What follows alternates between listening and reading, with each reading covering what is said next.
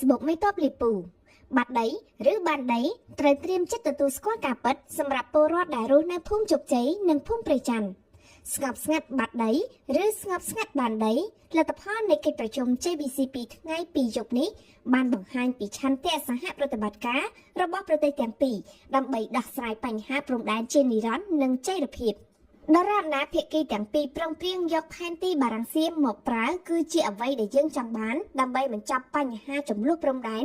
ដីគេឲ្យគេបើកន្លែងណាដីយើងគឺយើងទទួលបានមកវិញដោយស្របច្បាប់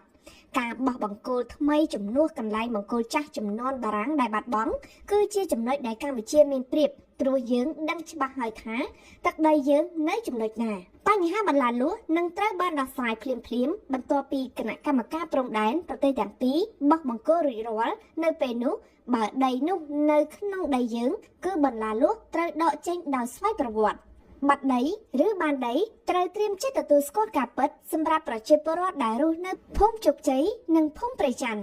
សម្រាប់យើងគឺជាចំណុចវិជ្ជមានខ្លាំងមែនទែនព្រោះគឺជាអ្វីដែលយើងកំពុងចង់បានក្រោយកិច្ចប្រជុំនេះហើយពលរដ្ឋអាចមានហេតុផលសម្រាប់បន្តភាពស្ងប់ស្ងាត់ហើយជឿទុកចិត្តលើរាជរដ្ឋាភិបាលនិងថ្នាក់ដឹកនាំបាន